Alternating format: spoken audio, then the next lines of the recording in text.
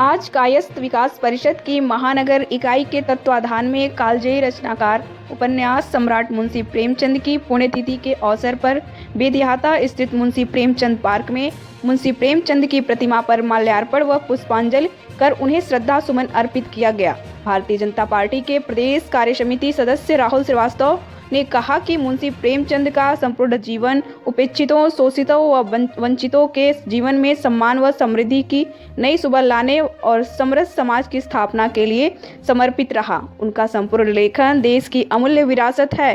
भारतीय साहित्य जगत को उनकी कृतियां संपूर्णता प्रदान करती हैं। कार्यक्रम में मुख्य रूप से लाइब्रेरियन बैजनाथ मिश्रा, प्रिया यादव, नितिन श्रीवास्तव, चंदन श्रीवास्तव, सुबोध श्रीवास्तव, शिशिर वर्मा, लोकेश श्रीवास्तव, घनश्याम श्रीवास्तव, निरूपम सहाय, आशीष खरे, विमलेंद्र श्रीवास्तव, अमरेंद्र कुमार सिन्हा, दीप्तिमान श्रीवास्तव, समीर श्रीवास्तव, प्रवीण गौड़, सागर श्रीवास्तव व अन्य उपस्थित रहे। ऐसे महान साहित्यकार, प्रख्यात लेखक की आज पुण्यतिथि है।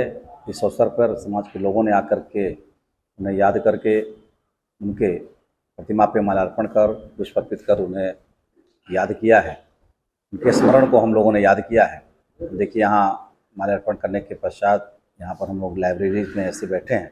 इसी लाइब्रेरी में बैठ कर के उन्होंने मंत्र, ईदगाह जैसे साहित्य को लिखा था।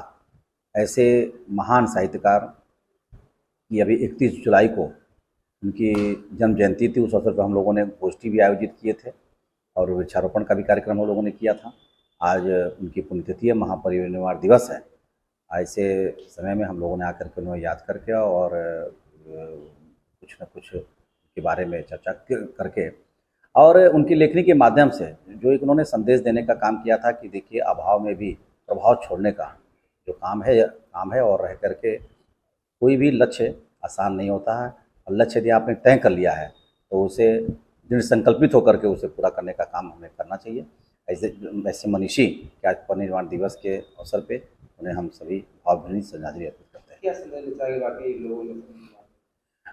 मुंशी प्रेमचंद जी, मैंने बताया ना कि बहुत गरीब परिवार से थे और पारिवारिक रूप से भी बहुत आर्थिक रूप से सुदृढ़ नहीं थे, लेकिन जो उन्होंने दृढ़ संकल्पित लिया था, जो हम तय कर लिया कि हम ये चीज़ पूरा करेंगे, हमारा लक्ष्य है तो हम लक्ष्य हमें पूरा करना है, तो रह करके और देखिए उनके आप साहित्य को पढ़िए, गोदान से भी कितना बढ़िया संदेश देते हैं वो। और ईदगाह मंत्र, इसके बारे में मैंने अभी चर्चा किया है और उनके वो जरूर निश्चित तौर पे समाज को अग्रणी भूमिका में खड़ा करने का उन्होंने प्रयास किया।